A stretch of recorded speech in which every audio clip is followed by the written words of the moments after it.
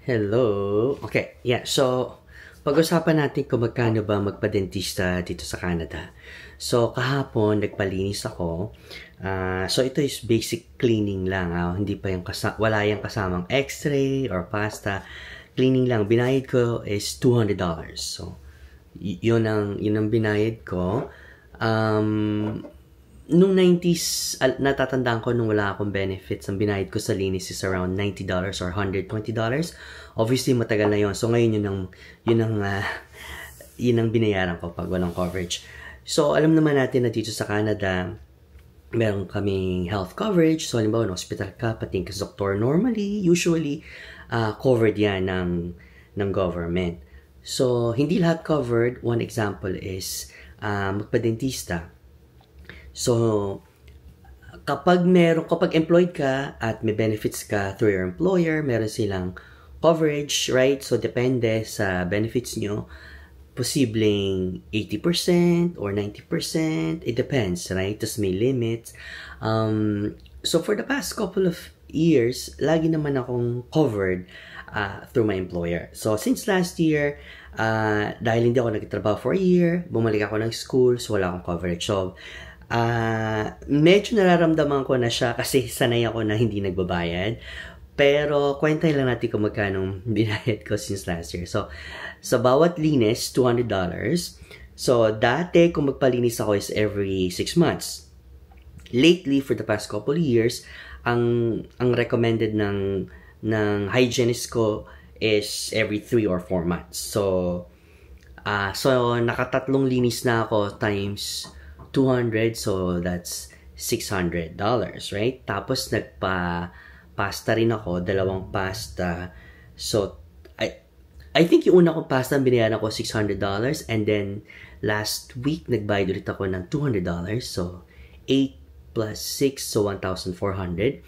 Tapos yung isa kong ngipin sa likod, kailangan palagyan ng crown, so porcelain crown. Binayad ko dun is $1,500.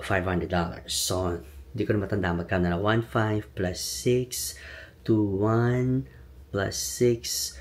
So, let's say around $3,000 na ang binayad ko. So, mabigat siya. Tapos, meron naman akong appointment in a couple of months. Magbabayad naman ako $200. So, mabigat siya. So, kung employed kayo, so napakaganda kung employed kayo at may benefits kayo through your company, checkin nyo kung magkano. Tapos, usually, yung difference lang ang babayaran natin. Ang good news is, since last year, kino-cover na ng government ang padentista, right? So, nag-start sila sa mga senior citizens. So, nagkaroon naman tayo ng idea kung gaano kamahal ang magpadentista dito. So, kung retired ka na, fixed income, so pensionado, tapos magpapalinis ka, malaking pera yon, right? So, happy naman ako na sinasagot na ng government ang padentista. Nag-start sila again sa mga I think 65 and above, so senior citizens. So yung parents ko, alam ko kasi sila libre na yung may certain coverage. Hindi ko alam yung limits, pero alam ko nung nagpalinis ang mami ko sa daddy ko, covered, right? So I think nung nagpa-pasta rin covered din. So ako, dahil wala akong coverage, tinanong ko yung clinic kahapon kung covered na ba sa age ko. So, sinuggest niya na pumunta ako sa Service Canada. Iba yan sa Service Ontario. So, pumunta ako para mag-inquire. Sabi niya kasi, yung mga bata daw, covered na rin. So, I think nagre-refer siya sa mga teens. So, nung pumunta ako kanina, nag-inquire ako, sabi nung staff sa Service Canada is, i-implement na para sa age ko soon daw. So, happy naman ako na at least hindi ako magbabayad ng ganong kamahal. At least kahit papano, may coverage ang government. Hindi ko alam kung isang linis lang ba per year, kung ilang units ba, pero at least happy naman ako na at least may coverage. So, para rin sa inyo yan, sa ating kaalaman, na sa mga taong walang coverage, mag-inquire kayo sa Service Canada and mag-apply. Check nila yung eligibility natin, kung eligible tayo, makakatanggap tayo something in the mail with the card, yung coverage card. Tapos dadali natin yung card na yon sa ating dentista, right? So, at least good news yun. Looking forward to it. Sabi nga sa akin staff kanina is hindi pa raw siya implemented pero soon. So, nandun ako sa between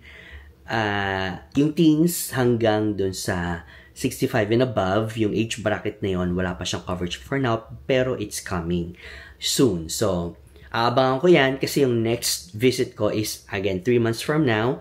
So, hopefully magkaroon tayong coverage before that. If not, pero at least sa next one is hopefully mag-cover na. So, again, hopefully makatulong to sa inyo para sa mga taga dito sa Ontario. I'm not sure kung buong Canada yung coverage niyan. I would think so, pero mag-inquire kay Service Canada. Okay, so good news yan.